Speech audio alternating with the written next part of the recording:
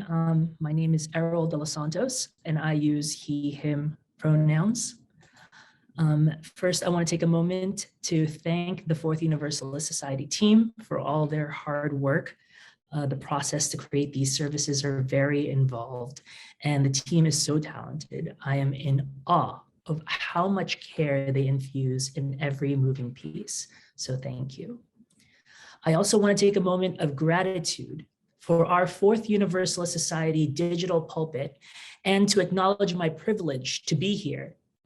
Many places of worship censor their pulpits, often denying it to women, LGBTQIA plus people, people of color, people of a specific class, educational level, political affiliation, backgrounds of all kinds. I am grateful to participate in that tradition. I am fortunate, and we are fortunate, that our congregation's pulpit has no such censor, and that all are invited to speak truth, love, and justice from this pulpit. Every year in my adult life, I would ask my mother what she would like for her birthday or Christmas or any special family event, and she would respond with the same answer every time. What she wanted most every year was peace of mind. The younger me was frustrated when I heard this because it was such a nebulous and vague thing. Being a product of materialist culture, it infuriated me because there was a compulsion to purchase something, but it had nothing to attach itself to. So I had to sit and think, what brings my mother peace?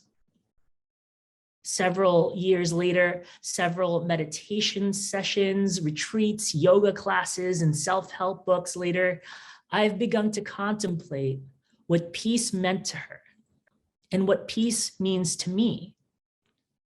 It was only recently that I became grateful to her for this thoughtful exercise, because I've lived a life so focused on cultivating my own inner peace that I often forget my responsibility to secure peace for others.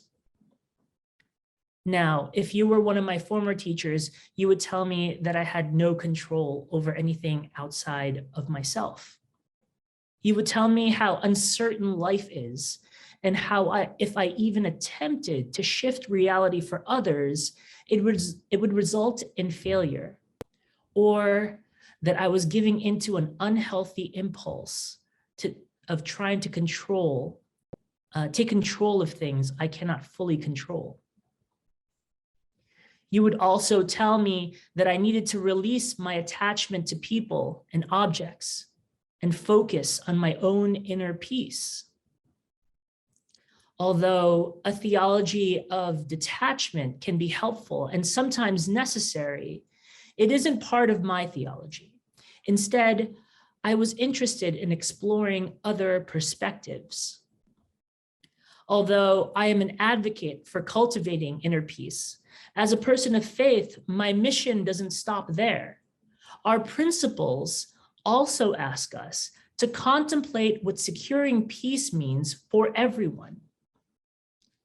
I want to feel so emboldened by this goal that my peace is intertwined with my neighbor's peace, my undocumented neighbor, my poor neighbor, my hungry, imprisoned, disabled, discouraged, downtrodden neighbor.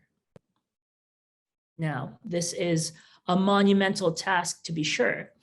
Where do I even begin? Well, what I used to do with that former teacher was close my eyes and visualize the things that bring me the most peace.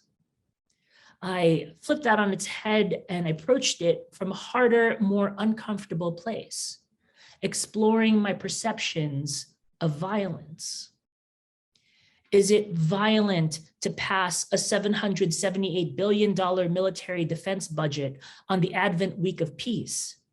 Is it violent to know that some of us are just one sizable medical emergency away from being in debt and unable to work? Is it violent to evict people from their ancestral home? Is it violent when our siblings struggle under the weight of systemic oppression? Is it violent to live in a society that doesn't guarantee free access to food, shelter, and healthcare? The more questions I ask about what is and isn't violent, the closer I came to the truth. Violence is constantly being inflicted to our brethren. And where there is injustice, there is violence. A brilliant man by the name of Reverend John Haynes Holmes, a Unitarian minister in the early 1900s here in the city of New York, also asked these questions. War had ravaged the political and theological landscapes of the time. Churches and other religious institutions struggled to address humanity's inhumanity during and in the aftermath of war. Reverend Holmes was not deterred and stood rooted in the traditions of religious pacifism. He knew that war destroyed lives and stoked fear, deep fear, in the other. He joined his colleagues and preached fiery, hour-long anti-war sermons from the pulpit. His words tugged on the nation's moral conscience and reminded people that even though they were securely tucked away behind the walls of the American empire, they had a duty to stand in direct opposition to military violence. Clergy and layfolk alike opened their hearts to the call for peace so wide that it extended the boundaries of denomination and religion. Why? Their beliefs echoed the historic peace churches, the Mennonites, the Amish, the Church of the Brethren, the Quakers, and other religious institutions that not only believed in peace, but helped to shelter others from violence. Unitarian Universalism is part of that tradition. We are part of that tradition. Now that you've heard me, I know how daunting it is to measure the morality of every decision we make. I know that even as someone who believes in the idea of pacifism and securing peace for others, negotiating my own actions through the filter of peace isn't perfect. And that can be frustrating. But beloved, I am reminded that I am not alone. We have a community that stands on generations of people who love and enjoy peace, people who love and enjoy securing peace for others. Again, I'm not undervaluing the path to inner peace. In fact, I encourage it. It takes a lot of work, love, and care to cultivate inner peace. But beloved, I urge you not to stop there. Do not release your attachment to others who are vulnerable to the violence of living in this society. Know that you have the power to affect this culture.